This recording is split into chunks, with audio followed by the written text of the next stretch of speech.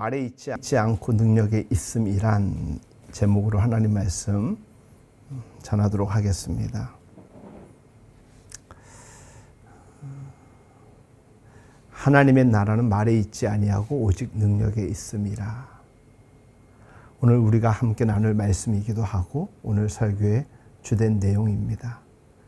이 말씀의 의미만큼이나 이 말씀이 어느 대목에서 사용되었는지에 대해 아는 것은 매우 중요한 해석의 포인트가 될 것입니다. 같은 하나님의 나라의 말씀에 관련되었다 하더라도 그것을 어떠한 차원에서 이야기하고 있느냐에 따라서 하나님 나라의 어떤 해석 내지는 우리의 입장이 다를 수 있고 또 다른 국면으로 인도될 수 있기 때문에 말씀을 해석하는 것은 매우 중요합니다. 고린도전서 4장은 불신자가 아니고 신자임에도 불구하고 특별히 고린도 교회 교인들이 가졌던 이 신자의 모습과 그러니까 고린도 교회 신자의 현실과 사도 바울이 바라보고 소망했던 신자의 모습이 너무나도 극단적인 대조를 이루다 보니 거기에서 바울이 전하고자 하였던 말씀에 대한 마음가짐, 속내가 담겨져 있다라고 여러분들 해석하시면 됩니다. 그렇다면 고린도 교회를 대하는 바울의 마음은 지금 어떠한가를 오늘 우리 시대의 교회에서 하나님께 예배하고 신앙생활하고 나아가서 일상의 삶을 살고 있는 우리들을 하나님은 어떤 마음으로 바라보실까 생각하여도 무난하지 않을까 생각합니다.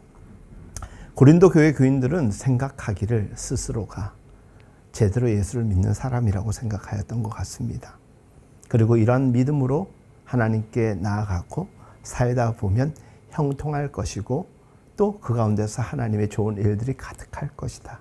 스스로 그렇게 생각하였다라는 것입니다.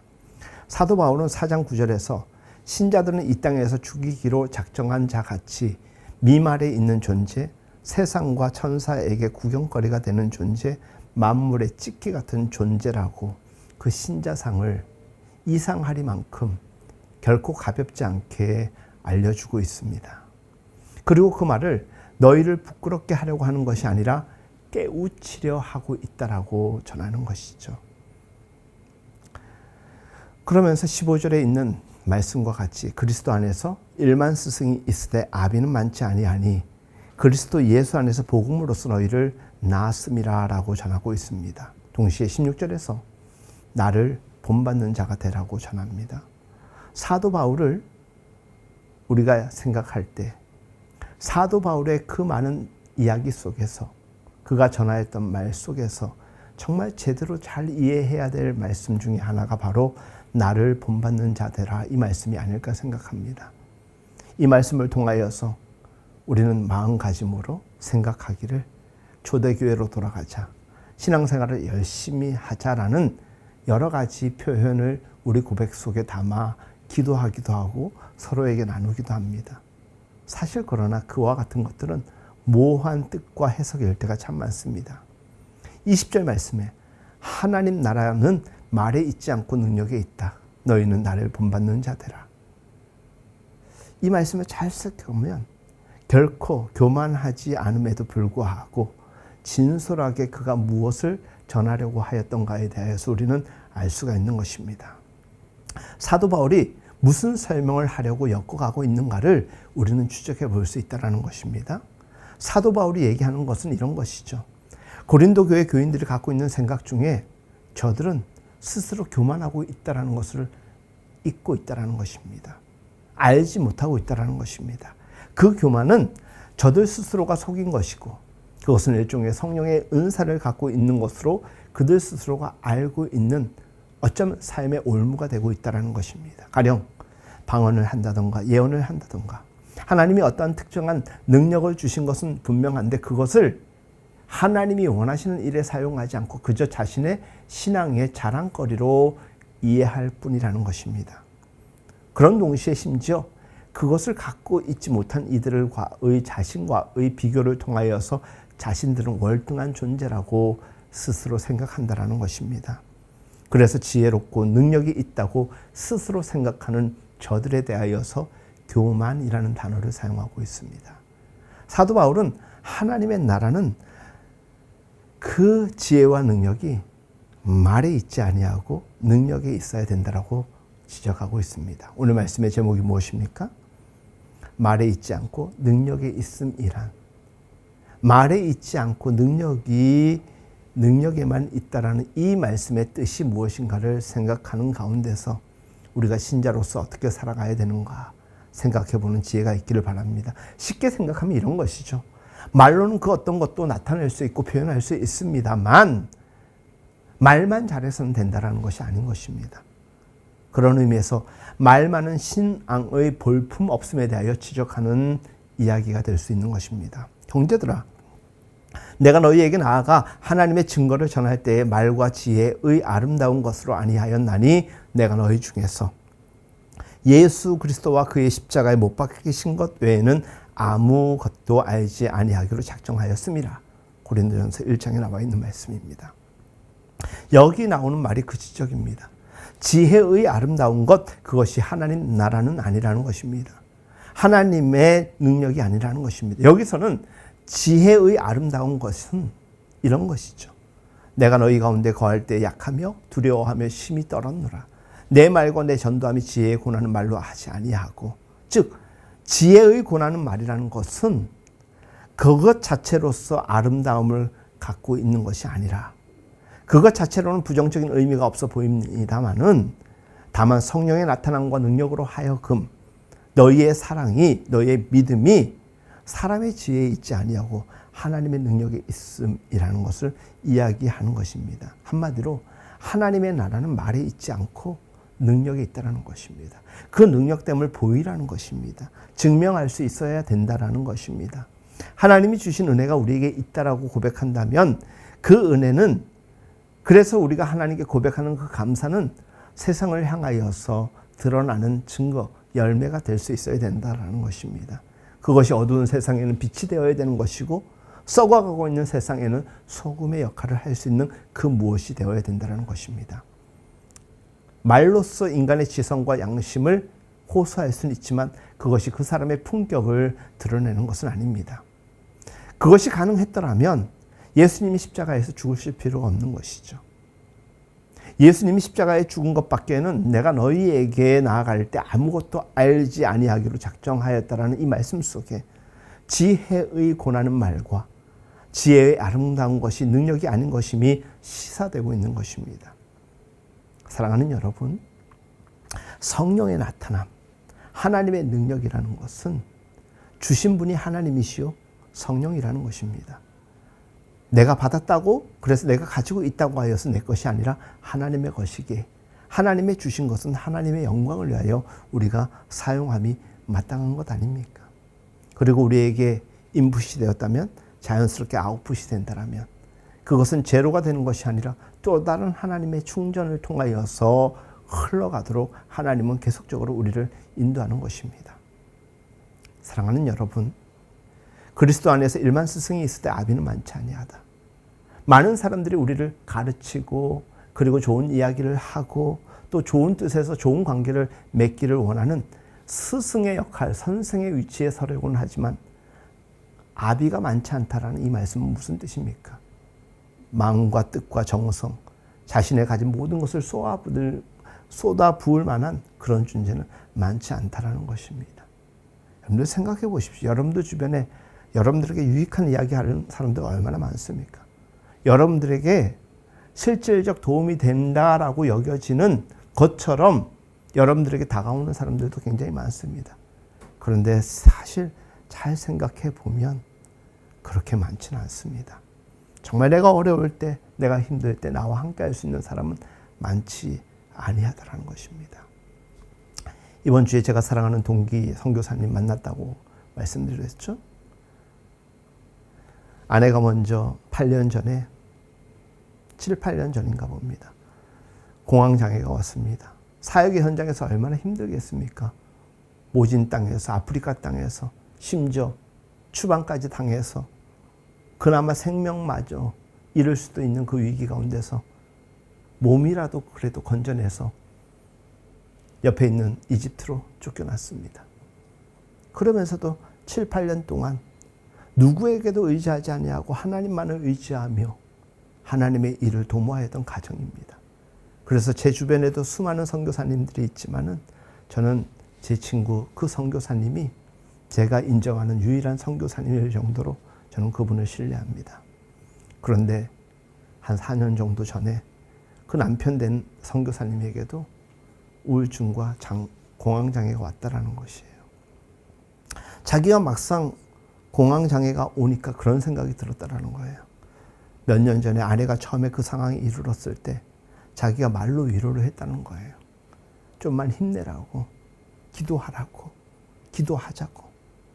하지만 자기가 막상 그 상황이 되니까 그 어떤 말도, 그 주변에 어떤 소리도 들리지 않다라는 거예요. 어쩌면 그냥 옆에 있는 그 자체로만 감사하고 힘이 되더라는 거예요. 거기에 뭔가를 덧붙이려고 하는 그 어떤 존재, 심지어 아들이 되었던들, 딸이 되었던들, 아내가 되었던들, 힘겨움을 보태는 대상일 뿐이었다라는 것이에요. 때로는 존재의 가치라는 것은 곁에 있는 그 자체로만 무엇을 특별하게 해주지 않아도 큰 의미요, 큰 힘이 된다는 것입니다. 하나님이 우리에게 어떤 존재냐? 우리는 우리 스스로가 생각하기를 엄청나게 놀라운 능력으로 우리의 삶을 변화시키거나 증폭시키지 않기에 하나님을 부정할 수도 있고, 또 그런 일들이 일어나면 그것을 하나님을 향한 간증이요 고백으로 증언할 때가 얼마나 많습니까? 하나님은 그것으로 우리에게 모든 것을 보이시는 분이 아님에도 불구하고 하나님은 그냥 그 존재 자체로 늘 우리와 함께 하십니다. 그래서 그 존재 자체로 그 은혜로서 우리는 하나님께 나아가는 것이죠. 그런데 사람들은 하나님이 우리에게 주신 그 무엇이라도 자랑거리로 여길 때가 참 많습니다. 하나님의 존재가 중요한 것이 아니라 하나님이 나에게 어떤 것을 했는가가 중요한 것입니다. 그래서 한국교회와 오늘 우리 시대의 그리스도인들이 많이 약한 상황에 놓여 있는 것도 사실입니다. 왜? 무언가를 통해서 자꾸 입증하려고 합니다. 하지만 하나님마저도 입증하는 대상이 아니라 이미 입증된, 이제는 입증된 그 하나님이 우리의 삶으로서 드러내는 것이죠. 그것이 어떤 특별한 능력이 아니라 심지어 이 어려운 상황 속에서는 버텨내는 것입니다. 하나님 때문에 포기하지 않는 것입니다. 하나님 때문에 인내하는 것입니다. 그러나 많은 사람들은 그 이상으로 신앙을 해석할 때가 참 많습니다. 하나님께서 우리에게 주시고자 하는 것, 하나님이 우리와 동행한다는 것은 실로 깨닫기가 너무나도 어려운 것입니다. 너무나도 쉽게 접근하고 이해한다고 하기 때문에 거짓된 믿음이 우리 안에 얼마나 많은지 모릅니다. 그래서 여러분들 설교 시간에 여러분들의 표정을 잘 이렇게 제가 보다 보면은 제대로 이해하지 못하는데 이해하는 것처럼 표현되고 드러나는 사람들의 모습을 볼 때가 있습니다. 근데 어떤 분들은 진실로 말씀 한 말씀을 제대로 이해하고 몸과 마음으로 습득하기 위하여서, 체득하기 위하여서 정말 그 짧은 시간에 몸부림치고 있는 이들 또한 보게 됩니다.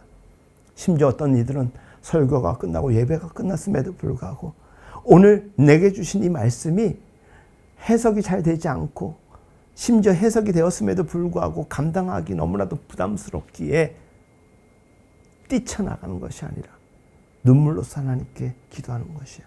하나님, 이 말씀 제가 감당하고 싶습니다. 이 말씀대로 제가 살고 싶습니다. 몸부림치는 것이죠. 사람들은 하나님의 은혜를, 하나님의 존재를 음성이란 말로 치부할 때가 굉장히 많습니다. 들은 것으로, 말하는 것으로 하나님을 느끼고 하나님을 고백한다라고 생각하는 이들이 얼마나 많은지 모릅니다. 내가 말 몇 마디 잘하면 내가 진실한 그리스도인이 될 수도 있고 인정받을 수 있다라고 생각하는데 아닙니다. 하나님의 살아계심을 제대로 믿고 그 믿음으로 살아가는 자는 그 삶 전체를 통하여서 하나님을 증언하는 것이겠지요. 진정한 지혜와 능력이란 무엇이냐? 생명을 낳는 것입니다. 하나님이 우리에게 은혜를 베풀어 주셨다면, 그래서 우리가 변화되었고 그 삶이 너무나도 감사하여서 누군가가 그것을 함께 나누기를 원한다면 우리는 주저함 없이 사람들에게 하나님 나라의 복음을 전할 것입니다. 그것이 생명을 낳는 것입니다. 그것이 진정한 지혜요 능력인 것입니다. 말뿐인 말잔치가 더 이상 교회에서 일어나서는 안 되는 것입니다. 한 사람 한 사람 개인에게서나 공동체인 우리 신앙 공동체, 교회 공동체마저도 말잔치로 그쳐지는 곳이 되어서는 안 되는 것입니다. 이것이 오늘 우리 시대의 교회의 면면인 경우가 참 많습니다. 언제나 그렇지만 오늘날에도 이 세상에서 말 잘하는 사람들, 특별히 하나님을 믿는 사람들 중에서 말만 잘하는 사람들을 우리는 예수쟁이라고 이야기를 합니다. 그런 소리 듣지 않아야 됩니다. 예수 믿는 신자는 어떤 사람이냐? 자기가 믿고 있는 그 믿음의 대상인 하나님을 오롯이 그 삶을 통하여서 증거하는 사람입니다.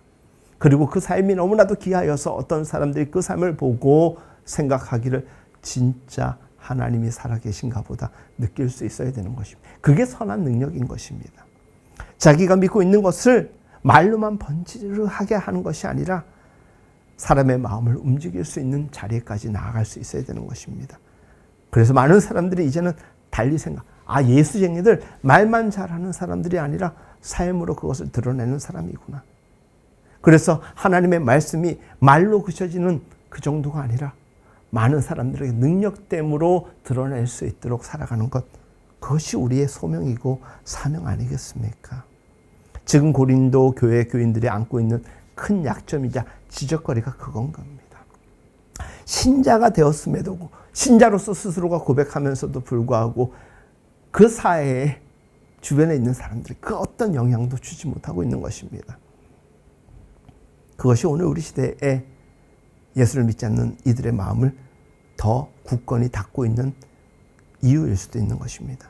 어떤 이들은 사람들이 교회를 다니면서도 못된 짓을 하면 저거 교회 다녀도 똑같다고, 믿음이 있으나 없으나 매 한 가지, 무슨 말입니까?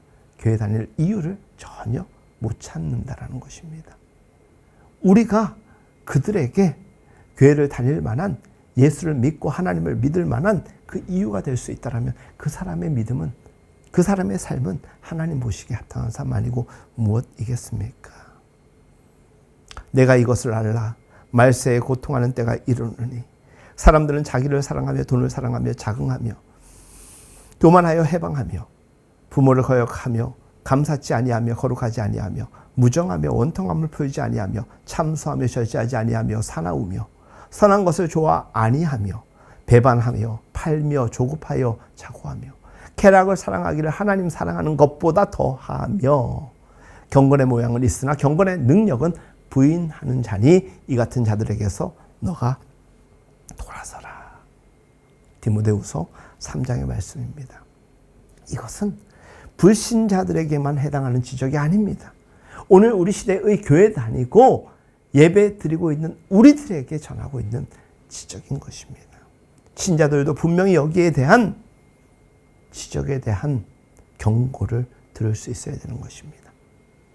잘 살고 믿음의 삶을 잘 이어가고 있다 하더라도 겸손의 자리를 이끄는 말씀인 것입니다. 그렇다면 무엇이 문제냐? 우리는 하나님을 사랑한다면서도 하나님보다 더 우위에 놓고 생각하는 것들, 바라보는 것들, 추구하는 것들이 많습니다. 그것이 자기가 될 수도 있고 돈이 될 수도 있고, 그래서 그것 때문에 교만하고 질서를 해방합니다. 심지어 사람들과의 관계에 있어서는 무정하고 조급하고, 더 나아가서 자신의 증폭된 삶의 자리에서 쾌락을 선호할 때가 참 많습니다. 그러면서도 어김없이 주일이 다가오면 교회로 옵니다. 그리고 드린 예배를 통하여서 나가면서 홀가분하게 스스로 경건은 있다라고 여기는 것입니다. 경건은 예배 시간이 지켜지는 그 어떤 것으로 채워지는 것이 아닙니다. 어쩌면 교회 밖에서 내 삶을 통하여서 더 채워지는 그 면면의 이야기가 될 수 있다는 것입니다. 경건의 모양은 있으나 경건의 능력이 없는, 더 이상 우리는 이 고백의 모순 가운데 살아가지 말아야 될 것입니다. 여러분들이 믿음이 있다고 하면서도 믿음의 삶을 온전히 살아내지 못하면 여러분들은 경건의 능력은 있으나 경건의 모양은 없는 것입니다. 경건의 능력이란 무엇입니까?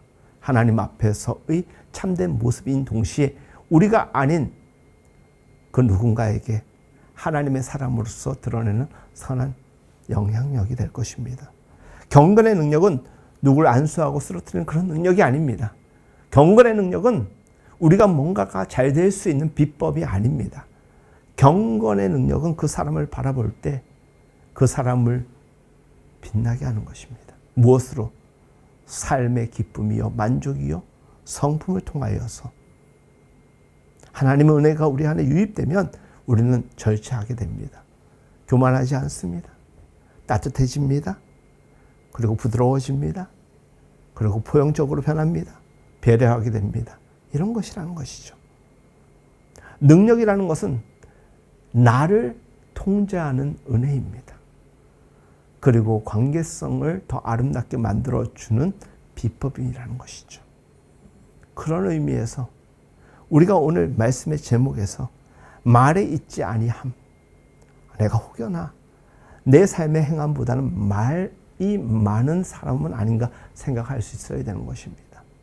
말을 적게 하라는 이야기가 아니라 말에 대한 책임을 지지 아니하는 말은 하지 않아야 된다는 것입니다.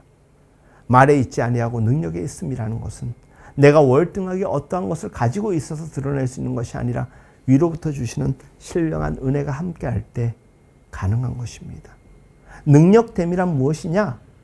자기가 갖고 있는 어떤 일정 수준의 기술과 무언가를 나에게 있어서도 하나님 앞에서도 사람들에게 있어서도 인정받을 수 있는 그 무엇으로 발전시키는 것입니다. 그런 의미에서 우리는 생각해 보아야 되는 것입니다. 내가 가진 것이 무엇이 있다라면 나는 그것을 통하여서 널리 세상을 이롭게 하고 있는가? 사랑하는 여러분, 참된 경건의 능력은 영혼과 사회에 영향을 주는 것입니다. 자기 스스로가 무엇을 가지고 있다라고 절대로 교만하지 않습니다. 건방떨지 않습니다. 동시에 우리는 이 경건의 삶을 우리의 예배를 통하여서 늘 셀프 점검을 받아야 됩니다. 체크인을 하는 것이죠. 그래서 교회에 와서 한 주를 돌아보는 것이죠. 그리고 앞날들을 우리가 생각해 볼 때 하나님 없이는 살 수 없구나. 채우는 것입니다. 깨닫게 되는 것입니다. 그것을 통하여서 우리는 온전한 삶의 자리로 나아가게 되는 것이죠. 고린도후서 2장의 말씀을 읽어드립니다. 항상 우리를 그리스도 안에서 이기게 하시고 우리로 말미암아 각처에서 그리스도를 아는 냄새를 나타내시는 하나님께 감사하노라. 우리는 구원 얻는 자들에게나 망하는 자들에게나 하나님 앞에서 그리스도의 향기니. 이 사람에게는 사망으로 쫓아 사망에 이르는 냄새요, 저 사람에게는 생명으로 쫓아 생명에 이르는 냄새라. 누가 이것을 감당하리요? 그리스도의 향기가 나야 됩니다. 우리 주변에 우리의 지인들이 우리에게 왔을 때 당신은 참 하나님을 믿는 사람 같습니다라는 그 고백을 들을 수 있다면 우리 모두는 그리스도의 향기가 나는 사람입니다. 그런데 어떤 이들에게서는 그렇게 오랫동안 교회를 다녔음에도 불구하고 그리스도의 향기가 나지 않는 사람이 있습니다. 너 교회 다녔니? 심지어 너 교회 다니는 애가 왜 그래? 라는 이야기를 들었다라면 여러분들 우리 스스로가 우리를 돌아봐야 될 분명한 이유가 될 것입니다.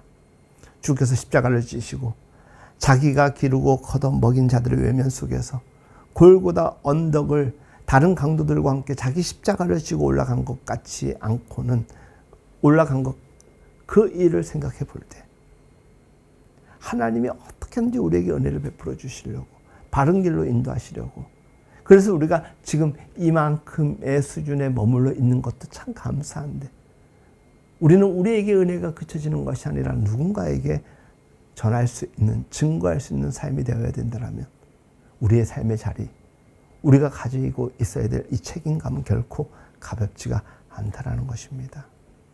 한 알의 밀알이 땅에 떨어져 썩지 않고는 열매를 맺는 방법이 없다라고 성경은 전합니다.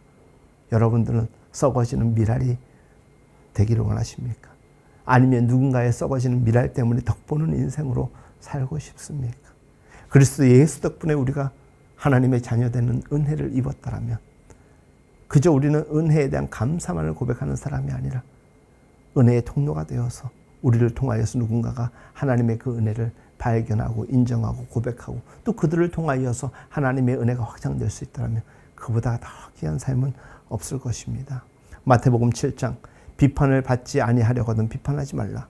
너희의 비판하는 그 비판으로 너희가 비판을 받을 것이요 너희의 헤아리는 그 헤아림으로 너희가 헤아림을 받을 것이니라.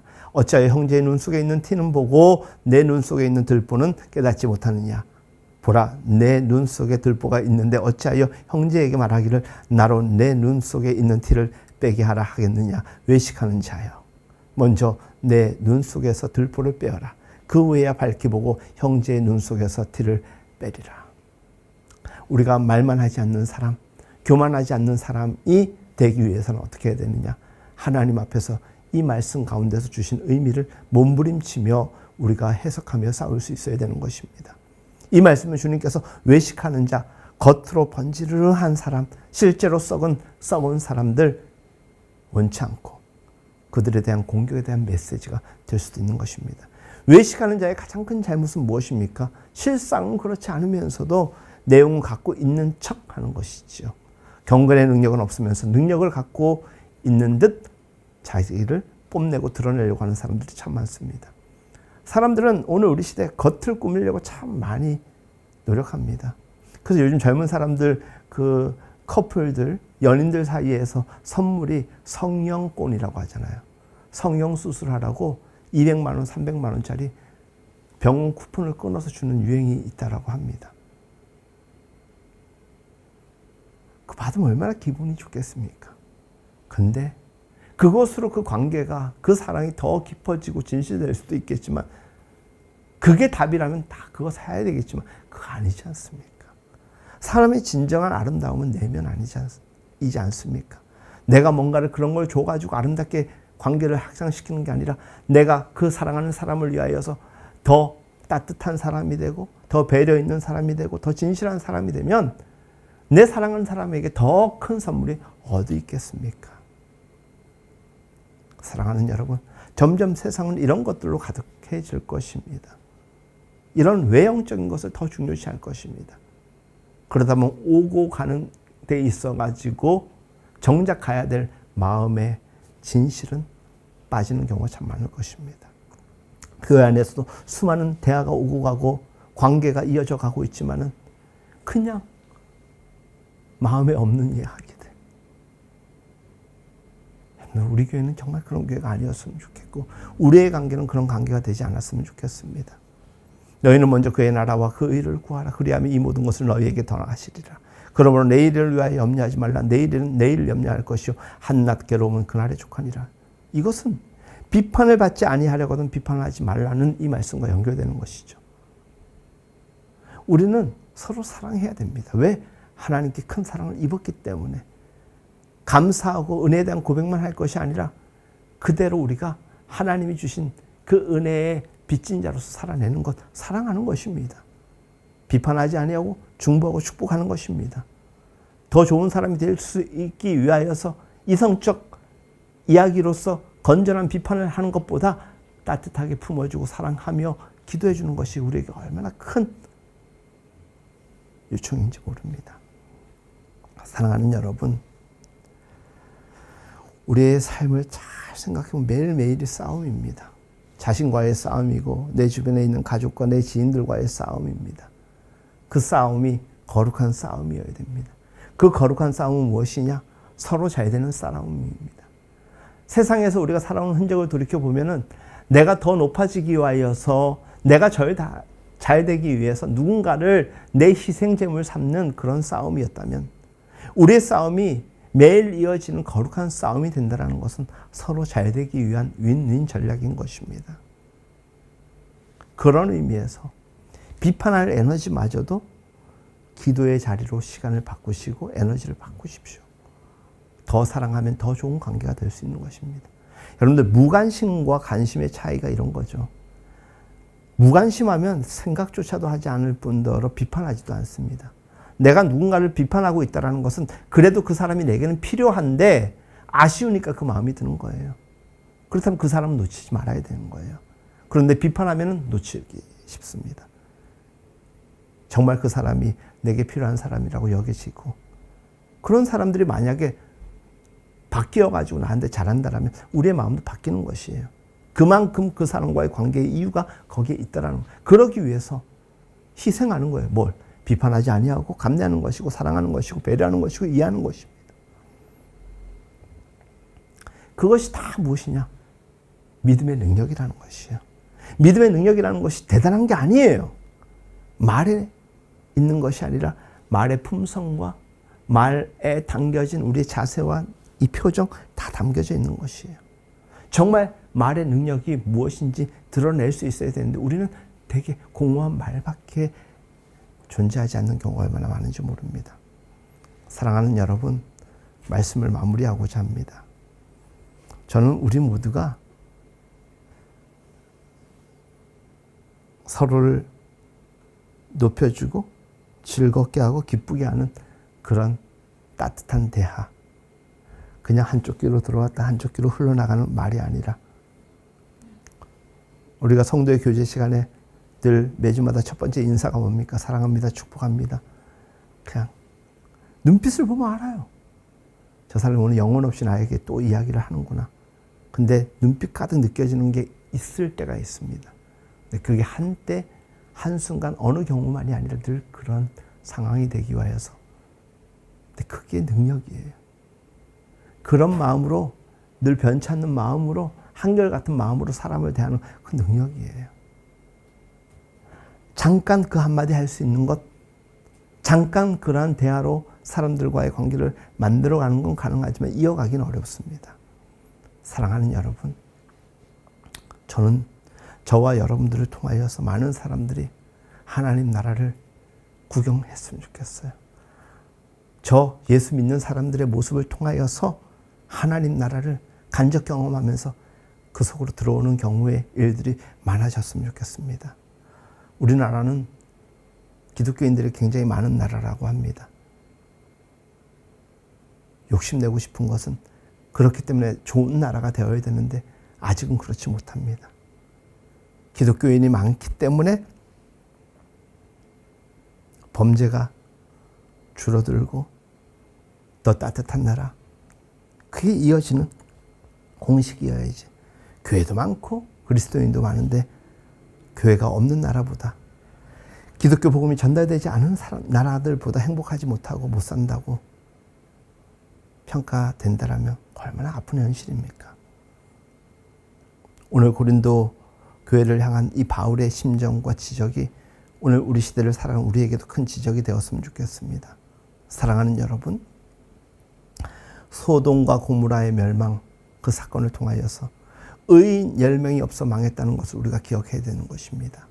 이 사회가 왜 이 모양인지 더 이상 누구 탓하지 아니하고, 쉽게 말로 비판하고 비평하지 아니하고, 우리의 마음과 우리의 정신, 그것이 신앙이라면 그 신앙과 믿음으로 세상을 따뜻하게 변화시키는 그런 일들이 되살아날 수 있기를 간절히 바랍니다. 왜? 우리는 신자니까. 우리는 하나님을 믿는 사람들이니까. 우리는 말로 살아가는 사람들이 아니라 하나님의 능력으로 살아가는 사람이기 때문에, 진정한 능력을 세상을 향하여서 뽐내야 되는 사람들이기 때문에, 그래서 뭔가 부족하면 하나님께 위로부터 주시는 능력으로 살기 위하여 기도하고 말씀 연구하고, 그래서 정말 하나님 주신 은혜와 능력을 통하여서 세상에서 하나님이 원하시는 그 모든 일들을 대행하는 그런 복된 삶을 살아야 될 것입니다. 더 없이 그리스도인들의 책임이 요구되는 시대를 살아가고 있습니다. 여러분들, 이 요청 앞에서 감사함으로, 기쁨으로 반응할 수 있기를 바랍니다. 그래서 우리를 통하여서 하나님이 영광 받으시고 세상에 좋은 일들이 가득할 수 있기를 우리가 힘써 응원하고 축복하고 중보하면서 함께 손잡고 나아갈 수 있기를 간절히 바랍니다. 그와 같은 복된 삶이 우리 모두의 인생 될 수 있기를 예수님의 이름으로 축복합니다. 우리